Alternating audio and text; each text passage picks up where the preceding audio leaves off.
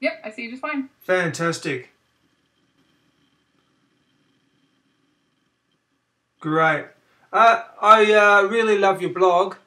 Thank you. Really love your blog, and I love where you live. It's in the western part. You got national parks everywhere. Yeah, it's phenomenal. That's why we moved out to Oregon, because it's just so beautiful out here. You got like Seattle, like the arts capital up north a little bit. Then you've got Canada and other photographers up there in Canada, and makes for good road tripping. Yeah, good road tripping and national parks, so good photography around. Oh yeah, definitely. And I was thinking, you can feel free to tell everyone, you know, who you are and what you do, if you like, Nicole. Yeah. Oh yeah, you may go ahead. Yeah, sure. Thanks. Sure. Yeah. Well, my name's Nicole Young. I'm a photographer, of course, and what I do now, I should say, is I create a lot of educational content for photographers. So I actually started with stock photography, and that's kind of what got me into. It kind of led me to this career path. I started making money with stock photography, realized I could do it as a full-time job. And then after that, I started writing books, and that grew to writing ebooks. And then that grew to having my own store online, and that's grown. So now I do other things. I do workshops and mostly just create a lot of cool educational content for photographers. Fantastic. That's great. And is that little studio you're in, is that your little... special sound studio? This is fairly new. It's our sound booth that we have just in our house here. Brian Matias, he's my husband, and he's also a photographer. He does a lot of similar things that I do. So we've started to create a lot more video screencasting type of tutorials, and thought it was about time to get a booth like this. It's funny because the actual quality of the video, I mean the audio, it's not that much different. Like where I was recording from before, just in my office, it's subtly different. You know, I mean, if you're an audio pro, you know the difference. But this is mostly for me to kind of create my own little cozy environment, so I don't, if the guy starts mowing the lawn next door, I don't have to worry about it. Exactly. And right. I can create a full, like I'm actually just finishing up the very end of a tutorial that's going to go on my website soon, and I've been able to do the whole thing in this studio, so it's been really nice. Fantastic. Nice to have a place for that. Fantastic. And filming what you're looking at now, are you looking at your computer or a digital camera? Yeah, no, I have a computer. Yeah. It's just like a mini desk setup. I can actually show you. It's just like, so here's my computer. Yeah. There's you right there. Fantastic. And then I've got my microphone, and then just a little desk. I've got like a glass of water here, some speakers, and a clock. Beautiful. What sort of microphone is that one? Oh, this is the Yeti Blue. Okay, yep. Yeah, I guess. They're good, aren't they? Yeah. Yeah. Yeah, okay, that's fantastic. Just nice to see your setup. Oh, yeah. It always people are always curious, because you either hear people or you see what people are creating, and you always wonder what their work environment looks like. Right. I know that feeling. And it's amazing you can do everything nowadays pretty much in your own home. Oh, yeah. I love working from home. It's so nice. Yeah. And so I read your quote where you said, in order to be successful, photographers in general should photograph what they love and what they're good at, which is really great. What do you think about that? Well, I think that's the best way to create a happy photography career. Yeah. Sure, you can make there are ways to make money. I'm sure that photographers do things because they make a lot of money, and there's no shame in that at all. Yeah. But I think a lot of photographers who have photography as a career also tend to do the side projects and the fun things, the things that they love, the travel that they love, because photography is so integrated into life that it's it'd be kind of soul sucking to just do it just for money. Yeah. So I think it's important to do it to photograph what you love. Yeah, really nice. Because I saw when you were writing about stock and you were shooting all these stock photos, and then you were kept saying, like, you were fighting with this urge to, damn it, I'm just going to go and photograph what I love. It is, it's kind of easy to, in any type of photography career, to kind of get sucked into doing the things that, well, I know this will make more money, but it's not what I enjoy doing, and so it's always a balance. I'm always trying to find that balance, and right now I think I've kind of struck a pretty good balance with it. Beautiful, beautiful. And when it comes to new photographers who wants to travel and adventure and take photos, and make some money, how do you think they could start?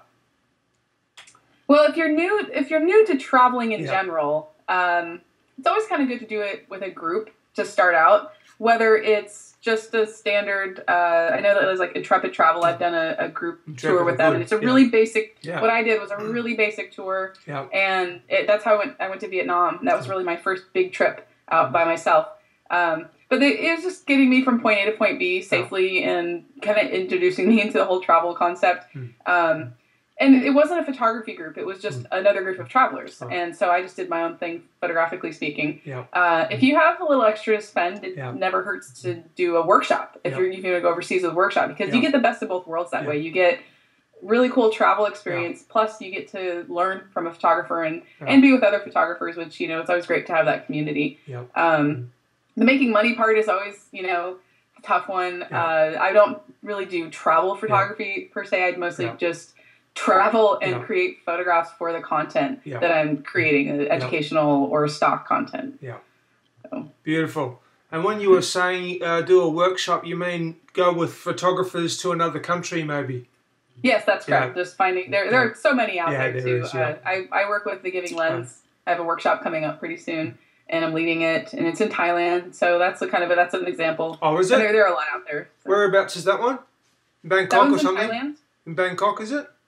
No, it's in Chiang Mai. Is it? It's in northern Thailand. I'm going to Bangkok for a few days beforehand, just for my own personal travel, because I've never been to Bangkok before. But the actual workshop's up in Chiang Mai. Fantastic! You have to tell me more about that, because I used to live in Thailand. That's my second home. Oh, awesome! That's what I love. You can tell me more. Yeah. So I really, I love it a lot, and I've been thinking about doing workshops there myself, but. Just because it's so accessible as photographers over in that country. Yeah, it's a lot more accessible. It's so beautiful too. Yeah. I love Southeast Asia in general. I've done, I think I've hit most of the country. I guess really just three of the main ones. Vietnam, Cambodia, and Thailand. Yeah. I still have to hit Laos and then Myanmar and I don't know what else. You'd love Myanmar. There's more out there. You'd love Burma. You'd love it.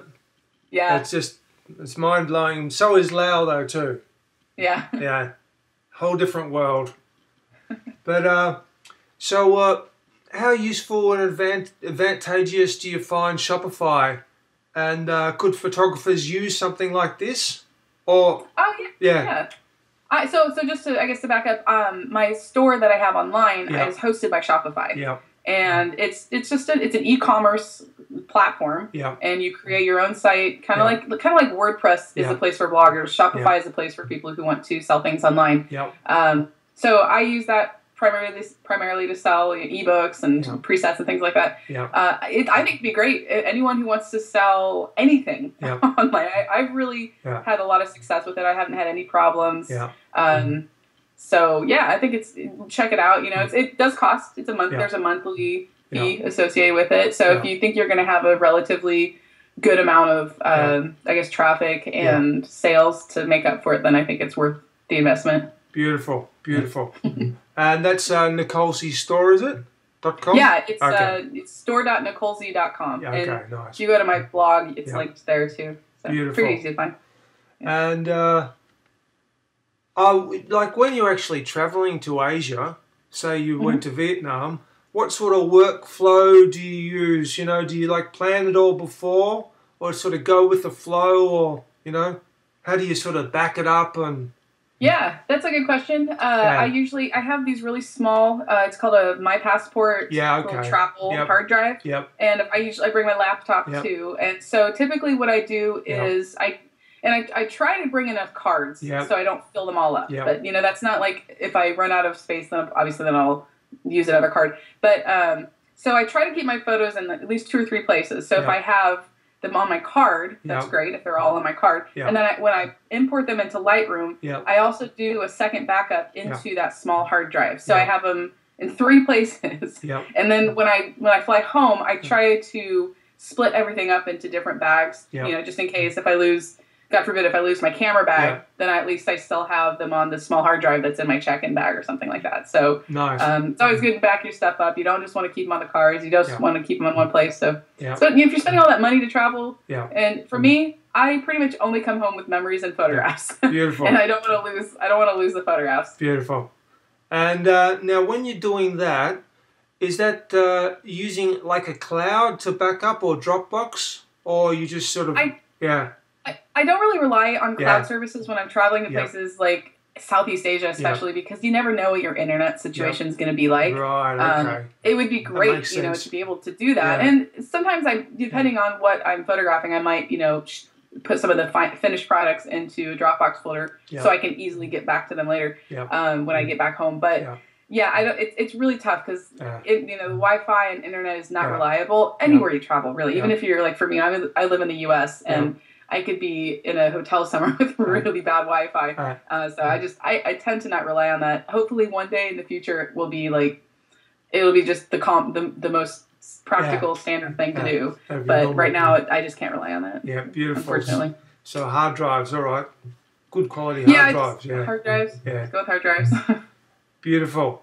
And so, what's your philosophy when it comes to photography and life in general, and sort of like what gets you out of bed in the morning? That's a really big question. Yeah. Let's see. My philosophy with photography. Well, my career is photography, and so it's all. My husband's a photographer. Yeah.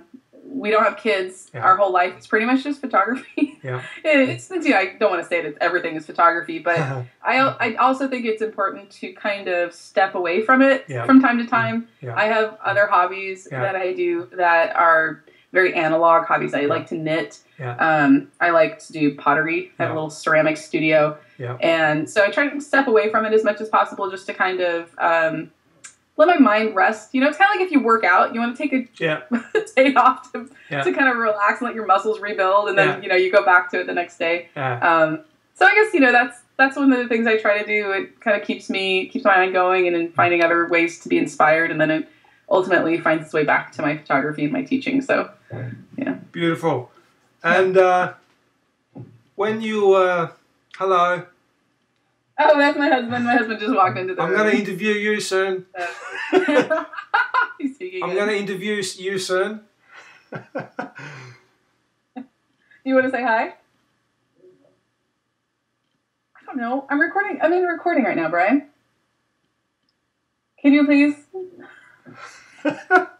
What is he doing? He's not jealous of me, is he? Oh, he's got... What the heck? Get out. Go. Is that developer? He just got back from the gym and he's showing me his giant thing of whey protein or something. Oh, beautiful. Beautiful. All right. Sorry. That's all right. It's good. I have to edit this out. But it's fun. Seriously, can you please leave? Get out. Out. It's fun. I like fun. Hey, so what about when it comes to social media? Because I'm starting to love Instagram and Twitter and stuff. When do you use it? Do you do it at a set time, or it's just random, or how's that work for you?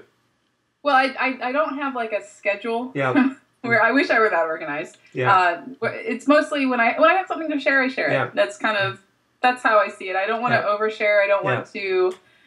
But I don't want to bother people with the amount of traffic that's coming through with things that aren't important. Yeah. So with Instagram, in particular, I'm really trying to make the photographs important, beautiful photographs instead of sharing the stuff that happens in your life. I keep that more on Facebook. Yeah. Twitter is usually, I share articles, I share information, I retweet. Yeah. But it's really just when I feel like I have something compelling or interesting to share to other people, then I share it. But I try not to be too annoying. Yeah. Beautiful. Beautiful. All right. That's great. Anything else you feel like saying? Because that's really that's my questions covered.